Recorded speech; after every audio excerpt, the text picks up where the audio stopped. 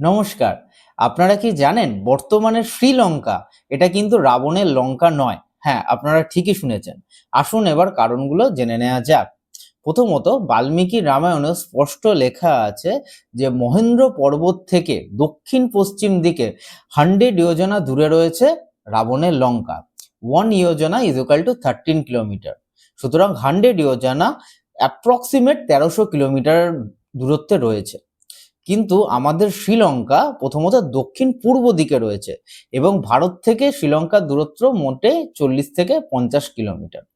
এছাড়াও আমাদের রামায়ণে বর্ণিত আছে যে রাবণের যে লঙ্কা, যার লেন্থ ছিল 1300 কিলোমিটার অ্যান্ড ব্রেথ 390 কিলোমিটার, যেখানে শ্রীলঙ্কা তার যার লেন্থ হচ্ছে মাত্র 224 কিলোমিটার অ্যান্ড ব্রেথ হচ্ছে 432 কিলোমিটার। রামায়ণের বাল্মীকি রামায়ণে স্পষ্ট এই কথা বর্ণিত আছে যে 5 দিন ধরে এই রাম সেতু নির্মাণ করা হয়েছিল, যা day 1 14 Yojana, day 2 20, day 3 21, day 4 22 and day 5 হচ্ছে 23। টোটাল 100 যোজনা 5 দিন ধরে এই বৃহত্তর যে রাম সেতু সেটা হচ্ছে নির্মাণ করা হয়। তাহলে এখন আমাদের যে প্রশ্নটা আসে, তাহলে এখন যে ভারতবর্ষ এবং শ্রীলঙ্কার মধ্যে যে আমরা যে সেতুটা দেখি, তাহলে সেইটা কি? আচ্ছা, সেইটা হচ্ছে, সেটা বলা যায় যে এটা নরমাল মানে ন্যাচারাল কন্ডিশনেই এই জিনিসটা ফর্ম হতে পারে। কারণ রামায়ণের সময়কালে সমুদ্রের জলস্তর অনেক নিচু ছিল। মানে ধরা যেতে পারে যে ভারতবর্ষ এবং শ্রীলঙ্কা মানে একই ভূভাগের অন্তর্গত ছিল এবং এদের মাঝখানে কোনো এরকম জল ছিল না। মানে ধরে নেওয়া যায় যে শ্রীলঙ্কা থেকে ভারতবর্ষে লোকেরা হেঁটে আসতে পারতো বা ভারতবর্ষ থেকেও শ্রীলঙ্কা যেতে পারতো।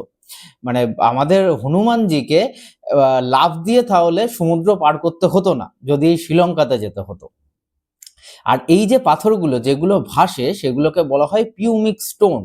মানে ভলক্যানোর রক যদি খুব র্যাপিড গতিতে যদি ঠান্ডা হয়, তখন এদের মধ্যে একটা এয়ার পকেট তৈরি হয় যার মধ্যে হাওয়া ঢোকে এবং হাওয়া ঢুকে লক হয়ে যায়, যার ফলে ডেনসিটিও কম হয় এবং সেটা হচ্ছে আমাদের জলের উপরে ভাসে।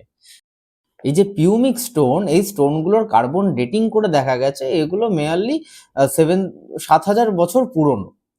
কিন্তু তাহলে আর আমাদের রামায়ণের টাইমলাইন সেটা কিন্তু এর থেকে বহু বহু বহু পুরনো। তাই এইটা কিন্তু আমাদের যে মানে রামায়ণে বর্ণিত আছে যে যে রাম সেতুটা হয়েছে সেইটা না। রামায়ণে এও বর্ণিত আছে যে যুদ্ধ শেষ হওয়ার পর বিভীষণ রামকে অনুরোধ করেছিলেন যে এই সেতুটিকে ধ্বংস করে দেওয়ার জন্য, যাতে বহিরাগতরা আক্রমণ না করতে পারে। তখন শ্রীরামচন্দ্র তার নিজের বাণ দ্বারা এই যে সেতু যেটা নির্মাণ হয়েছিল সেটা ধ্বংস করে দেয়া হয়। ঐতিহাসিকবিদদের মতে এখন বর্তমানে মালদ্বীপ যেখানে অবস্থিত, ওইখানে রাবণের লঙ্কা থাকতে পারে। আমরা দ্বারকা নগরী যেরকম হঠাৎ করে জলের তলায় আবিষ্কার হয়েছিল, সেরকমই হয়তো কোনোদিন দেখা যাবে যে রাবণের লঙ্কা আমরা, যেটা আসল লঙ্কা, সেটা আমরা আবিষ্কার করতে পেরেছি।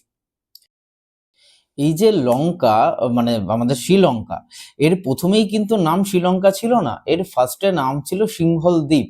সেখান থেকে যখন পর্তুগাল, ইংরেজ, তারপর এরা যখন এদের শাসন করে তখন এর নাম দেওয়া হয় হচ্ছে সিলন।